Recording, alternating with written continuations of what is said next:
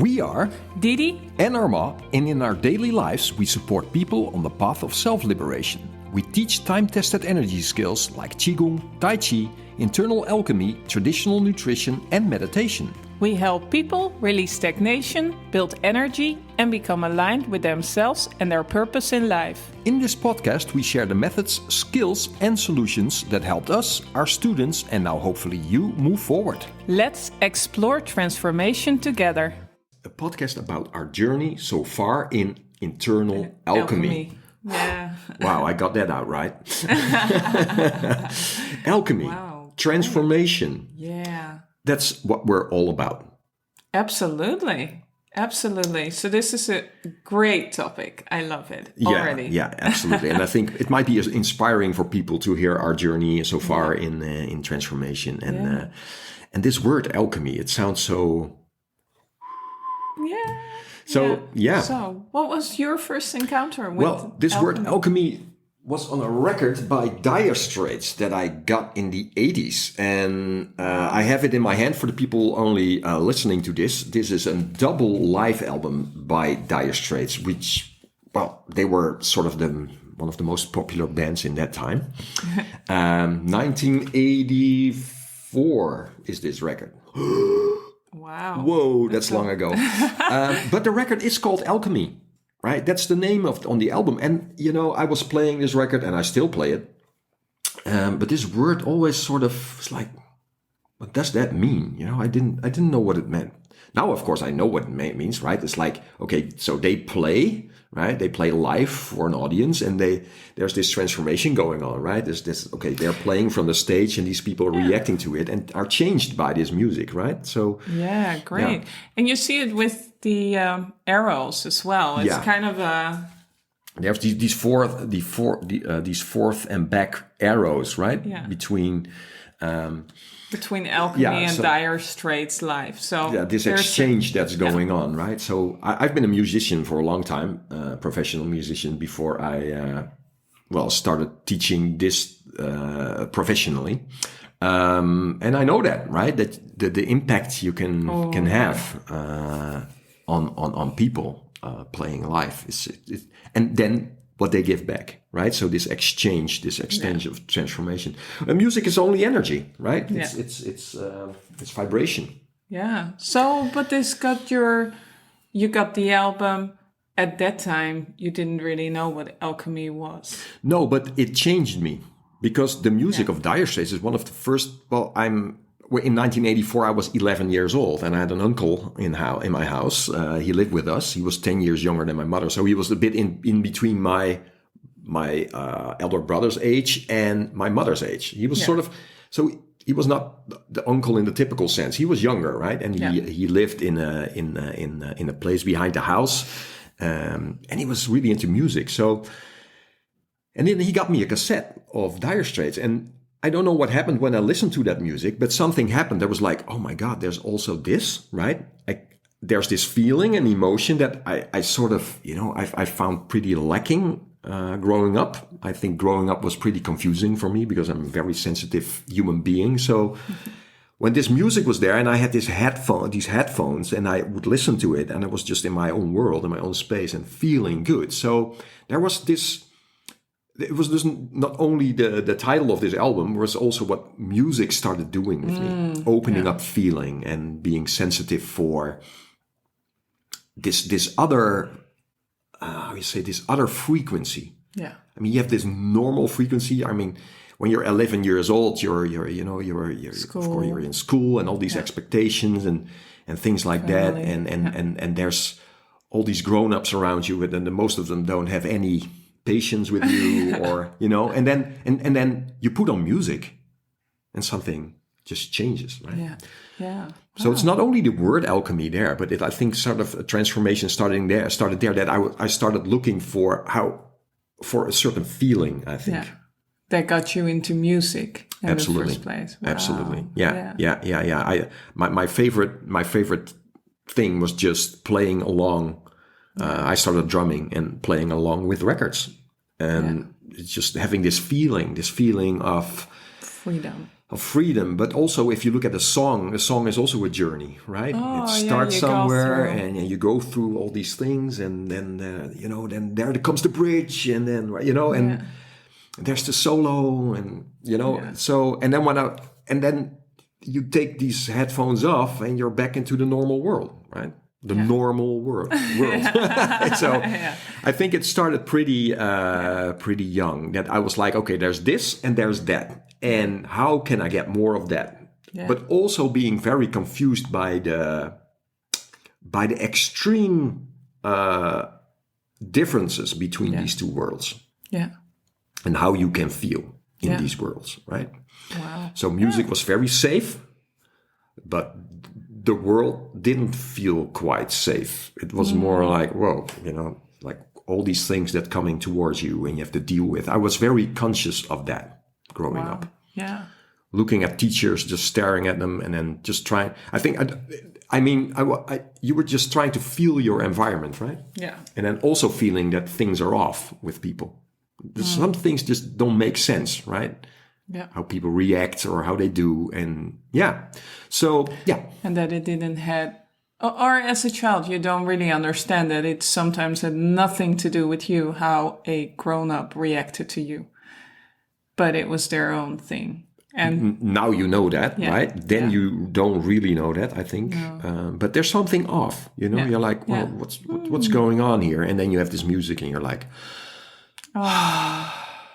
So how about you? When did this come into your life? I think especially when I was young, I still loved to read. It's kind of the same. I would read every book that came into the door, and even the Bible, right, from front to back. Right? Oh yeah, I would just read Amazing. everything, and I would not stop. I would just, if I had books, then that was me. But I loved the books where there was transformation, and I would read books about alchemy. I was reading books far beyond my years, my mother would say. Yeah. But I was really kind of, for me, it felt like almost fairy tales. When talking about alchemy and people looking for eternal life and going to or trying kind of eating gold to gain eternal life, these stories. And but what I loved was people transforming. I think that really inspired me, and it kind of got me curious. But I didn't really know at that time what it meant or what it could mean. Yeah.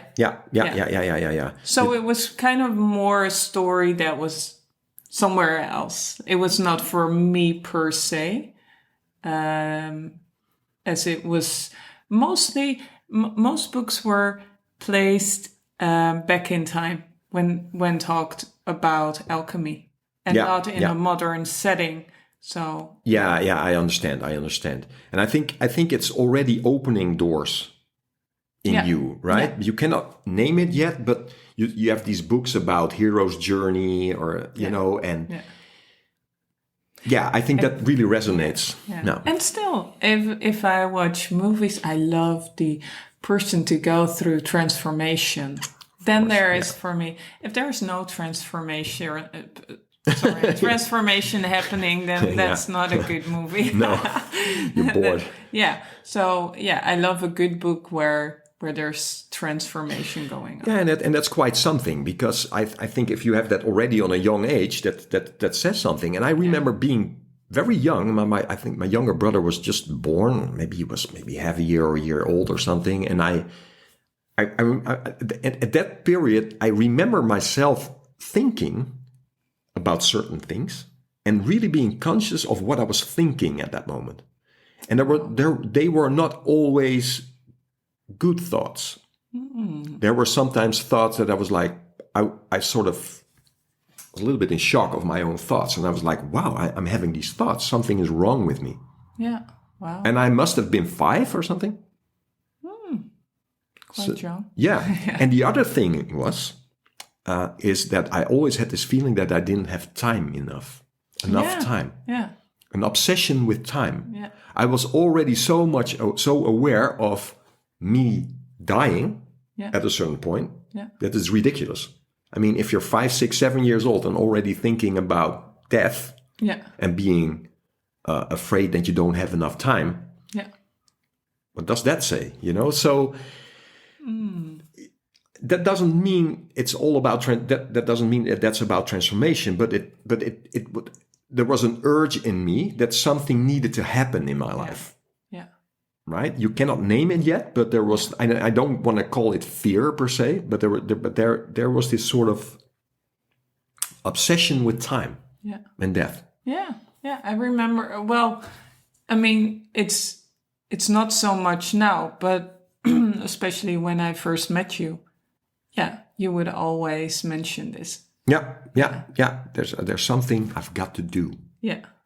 And then I grew up in the first school I went to was a Christian school, and I wasn't raised Christian per se. I was baptized, but we were just a modern family. We didn't go to church or anything. Yeah.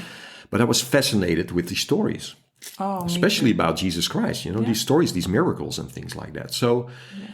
That also was I was going beyond that, like, okay, there's Jesus, and I was so fascinated by him and him teaching stuff, and all these things come together at a pretty young age already. I love them. I always love those stories as well. Yeah, but any story.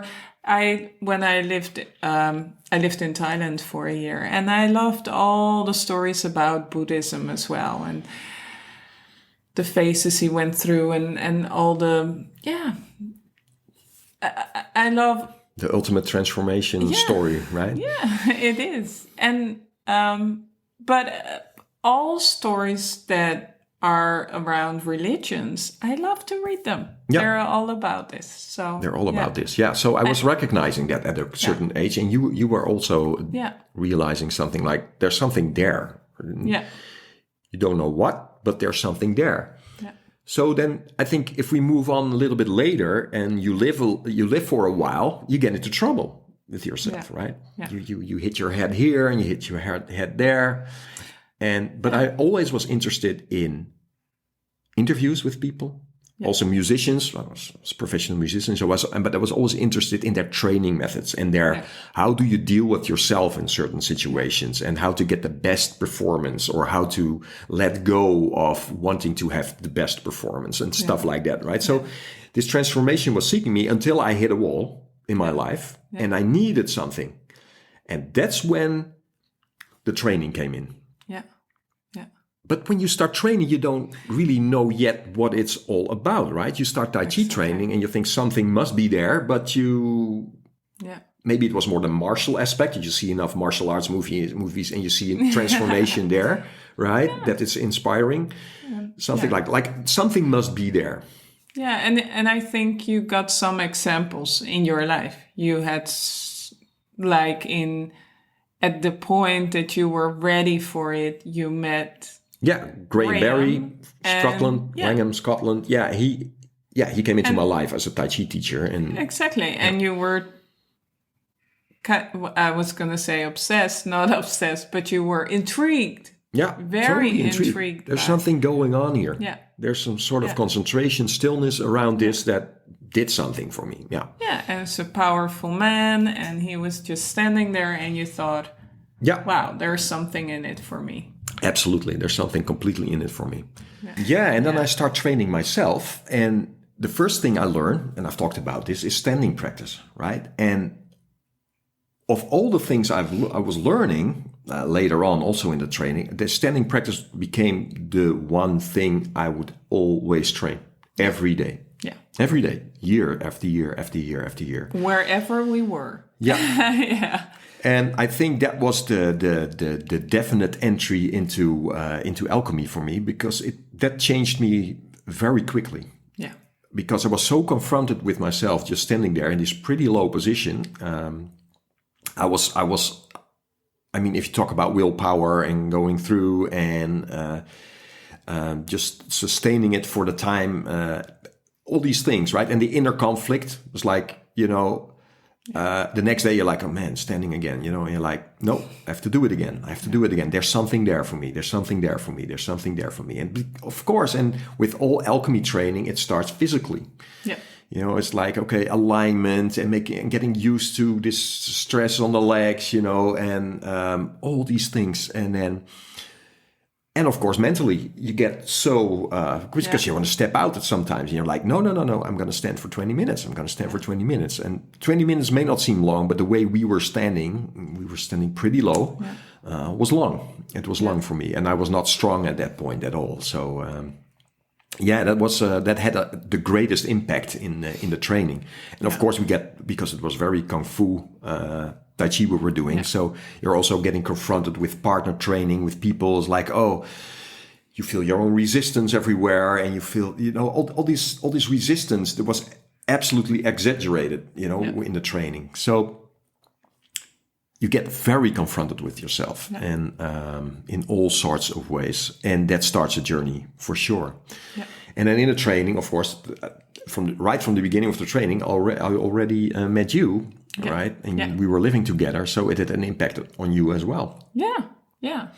And I think for me, I didn't do the exact same training as you did. You were kind of completely in the training, and I watched it from the side. And I had my own, I think I was still doing ballet at the time. Yep. Yeah. And so I was kind of focused on my body and alignment with, and I was very much in my body, as from young age training ballet, and stepped over to yoga after that when my teacher stopped. But I was kind of looking from the side. Yeah. And I was also very much on my own journey and seeing what do I need in this time of my life. But I was very much influenced by you. Some stuff I would adopt and do. Yeah, so of course. Yeah. Later on, the stretches, I would do that. And I would do Qigong with you as well. But talking about it and meeting your teachers and reading the books, because you brought a lot of books into the house. And what I was saying earlier, I would just, not as much as I was younger, but I would still look into all the books. And I think Taoism came into the house because, my teacher, Roel, he was so into that. And I had all these private lessons as well with him. It was not only group training, but I had a lot of private training with him. And we would always talk about these things, transformation. It was so intriguing for me. So all these books by Eva Wong and Christopher Schipper, all these books about Taoism, they came into the house, right? Yeah. But also things like the Magus of Java, which is about, John Chang setting things on fire, with his hands. And you come into a totally different world. And then what the difference was between the books that I would read as a child and growing up, they were set back in time. And still, some of those books still are, but now you see people in this time going through that and doing the things that you think, is that humanly possible? Exactly. And then you think, oh, wow, so what's going on? And that was also the time that I was, your teacher gave me the book about food, and I was always interested in food. And so I went from the book to a course, and from that to a studying traditional Chinese medicine, and also learning about a process of transformation. And it's a holistic study. But the thing that was really missing there was the feeling. Yeah. So the experience. The experience, yeah. Well, I was getting experiences myself, of course, with standing practice. I was not introduced to energy right from the start. I had to sort of figure it out for myself just by standing there, and by becoming more still and more still in my standing practices. I got all these feelings, right? Like, oh, I feel something there, and I feel more heat and more this, and I slowly started connecting to the energy body. Yeah. So that came into our lives, but I think the training was pretty.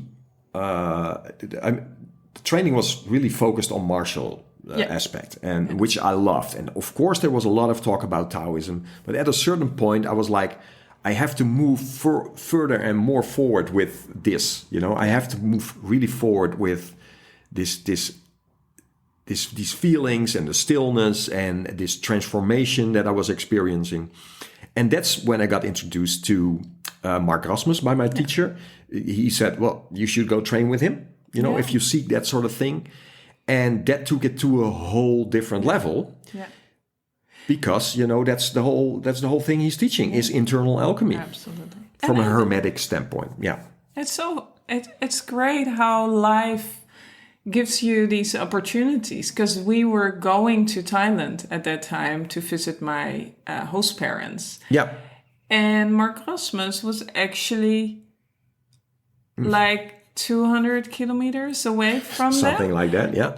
And so it's kind of the same with Graham, that you meet him in this time. These people just come into your life, right? Yeah, when you're ready. Exactly ready, yeah, exactly. So I was training with Roel for a long time before that. And I think this foundation, having Kung Fu as a person, is such a great foundation to get introduced in that, because I think the development with Mark, it went really, really quickly, because I really understood what he was coming from and talking about. And then he introduced, everyone, that's what he does, is right from the bat, you're just studying, okay, this is energy. You have this building the ball exercise. If we're going to talk about energy, we have to feel energy, right? If we want to work with energy, which Qigong is, we have to have this feeling. And that's where what you meant just now is like, that's where we come together, right? Yeah. Because in most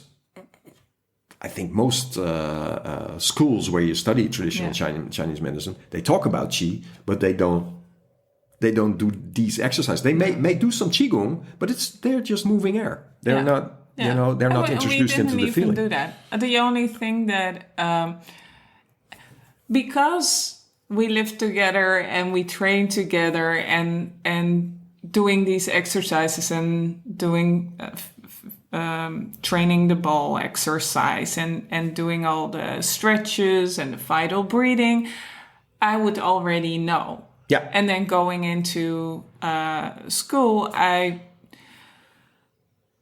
knew what it meant on another level. Yeah. I know my energy felt, I know the Qi and how it flows, and I can, it has a deeper meaning. Yeah. And otherwise it's very abstract. Very abstract. And the thing with Mark Rasmus, he developed this system where you can learn this stuff in such a short time. Yeah. Of course, the development of it, goes deeper and deeper, and you can spend your whole life with that. But going through these plateaus of the Jing, Qi, the Shen, the Wuji, Akasha, and the light. But the thing is, it's already there, right? Yeah. We're not making things up here. It's more like, okay, you have to learn how to tune into different frequencies, which are there, and it becomes almost like a scientific approach. How he brings it, right? Yeah. And I had this physics teacher here, and I was drawing it out, the whole process. And he's like, "Oh, that's physics." Yeah. He's like, "Yeah, that's physics." But the thing with physics mostly is that it's not mostly talked about in human experience, right? It's more like, okay, we have this universe, and then there's all these powers, and there's momentum, and then something hits something, and then you blah blah blah. But how about yourself, right? Yeah. Thank you for listening so far. Yeah, it's a long podcast, so we're cutting it up in 2 parts. So enjoy it next week.